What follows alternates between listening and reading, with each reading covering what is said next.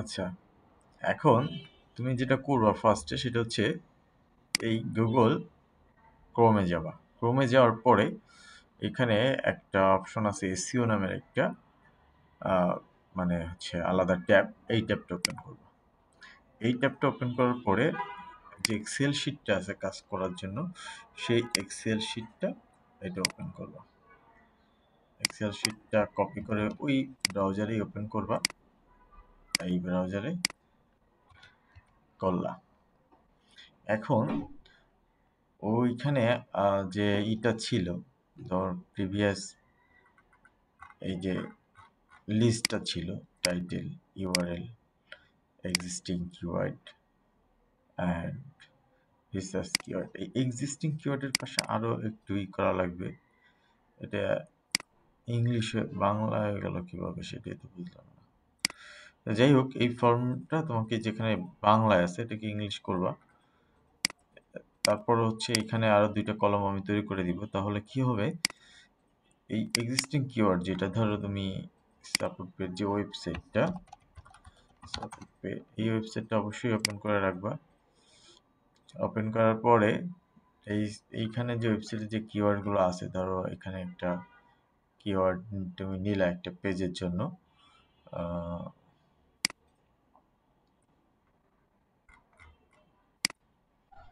এখানে blog, article, মানে এখান থেকে তো ভিতর থেকেই আনবা লগ ইন করে।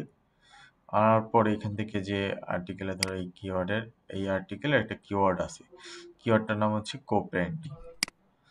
এই কোপ্যারেন্টিংটা কপি করে তুমি যে সফটওয়্যার আমাদের এখানে যে ক্লায়েন্ট পোর্টাল আছে, এখানে আইডি পাসওয়ার্ড দিয়ে আছে, জাস্ট এখানে I am not a robot click করবা, করে এরপরে ভেরিফাই করে লগ ইন করবা। গেল এখানে সিঁড়ি সিঁড়ি সিঁড়ি সিঁড়ি ভেরিফাই।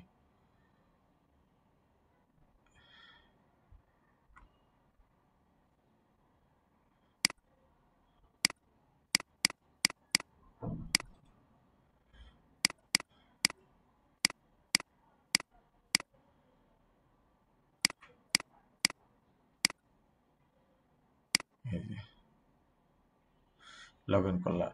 লগ ইন করার পরে এখানে যে কাজটা, যেমন এসিএম রাশ নিয়ে কাজ করতে পারবা, আর হচ্ছে কেডাব্লিউ ফাইন্ডার, এই দুইটা টুলস, এই দুইটা টুলস নিয়ে তোমার মূলত কাজ করতে হবে। মাঝে মাঝে উবার সার্ভিসটাও ইউজ করতে পারো, বা তিনটা টুলকে। যখন তুমি কাজটা করবা আওয়ারের সময়, তখন এই ট্যাবটা অবশ্যই বন্ধ করবা।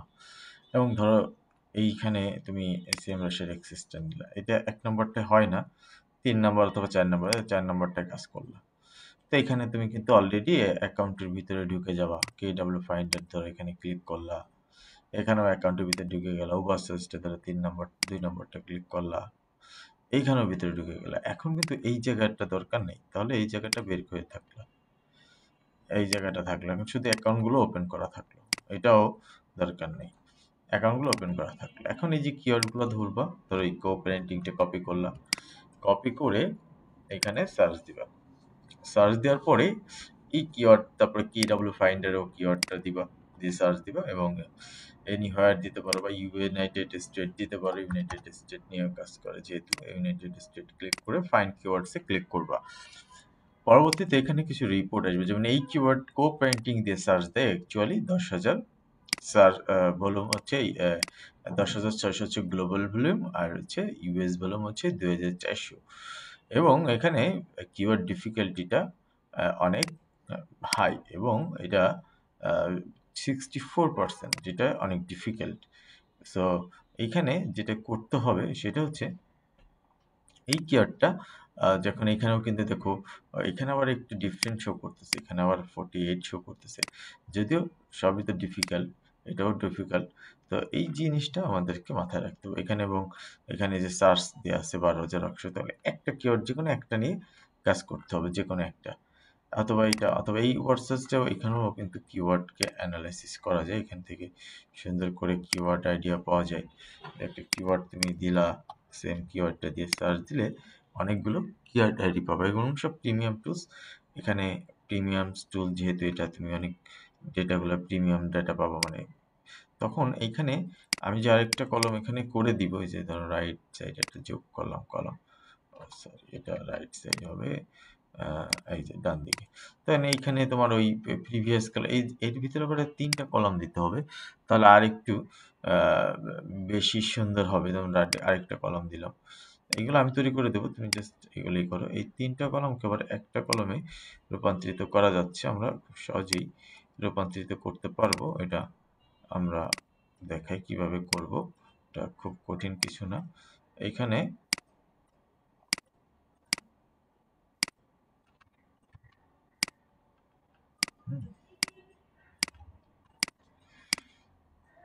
এখান থেকে এইখানে আরেকটা উপরে একটাই করি, এইখানে অল কিওয়ার্ড দিয়ে মার্জ করি,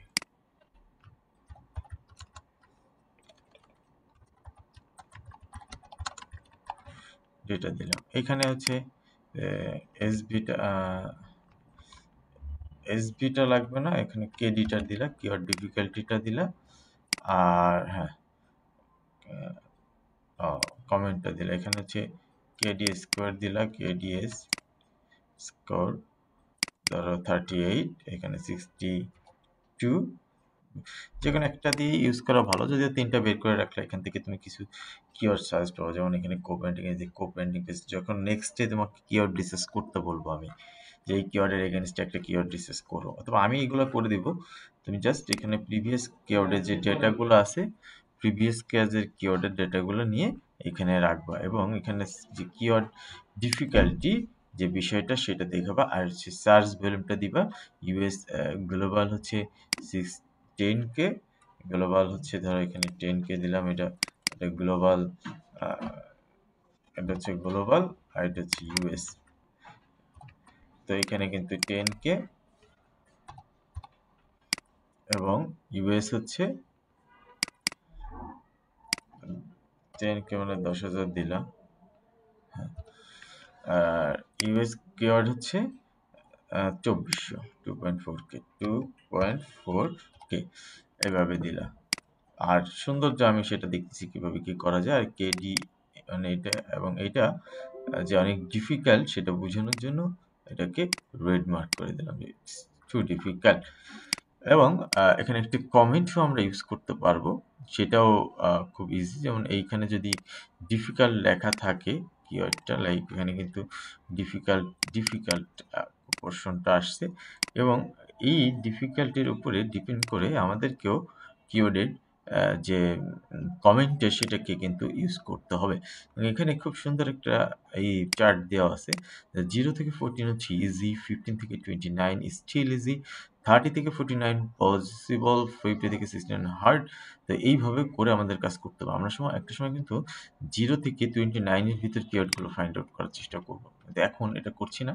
এখন তার যে এক্সিস্টিং কিওয়ার্ডগুলো আছে সেগুলোকে আমরা রিসার্চ করে ট্রাই করছি, এবং সেইখান থেকে আমরা ডেটাগুলো নিয়ে সেখানে আমরা রাখবো, এবং সেইখান থেকে আমরা কি করব, ডেটাটা রাখবো। তাহলে এখানে আমরা গ্লোবাল একটা সার্চ ভলিউম পাইলাম, তারপর হচ্ছে এশিয়ার সার্চ ভলিউমটা পাইলাম, সবকিছু কিন্তু আমরা এখান থেকে পেয়ে গেলাম।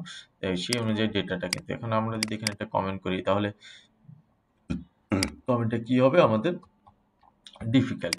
কেন ডিফিকাল্ট হবে? কারণ আমরা এখান থেকে ডেটাটা এখান থেকে পাইছি, এসিএম রাশ থেকে পাইছি, যে কারণে। তো এখানে আগের কিওয়ার্ডগুলোকে এক্সিস্টিং কিওয়ার্ড দিয়ে, এর পরবর্তীতে তুমি যখন এই কলাম পর্যন্ত কাজ শেষ করে ফেলবা, পরবর্তীতে আমি আবার এই কিওয়ার্ডগুলোকে নিয়ে একটা ফাইনাল সিলেক্টেড বা রিসার্চড কিওয়ার্ড, আমরা যে রিসার্চ করে যে কিওয়ার্ডটা ফাইন্ড আউট করব সেটা নিয়ে কাজ করব, তারপরে সেটার এসভি নিয়ে কাজ করব, সেটার সার্চ ভলিউম নিয়ে কাজ করব, তখন সেটা সার্চ ভলিউম কত সেটা নিয়ে কাজ করবো, সেটা কেডি কত সেটা নিয়ে কাজ করবো, এলএসআই কিওয়ার্ডগুলো আমরা এখানে অ্যাড করার চেষ্টা করবো। তো এইভাবে করে আমাদের বিশাল বড় একটা আমরা কিওয়ার্ড রিপোর্টের শিট আমরা তৈরি করব। তো তুমি যদি ভুলে যাও, এখান থেকে ভিডিওটা বারবার দেখে করবে, যে কারণে তোমাকে ভিডিওটা বানাই দেওয়া। সো এই পর্যন্ত করতে থাকো, তারপরে দেখি কি করা যায়।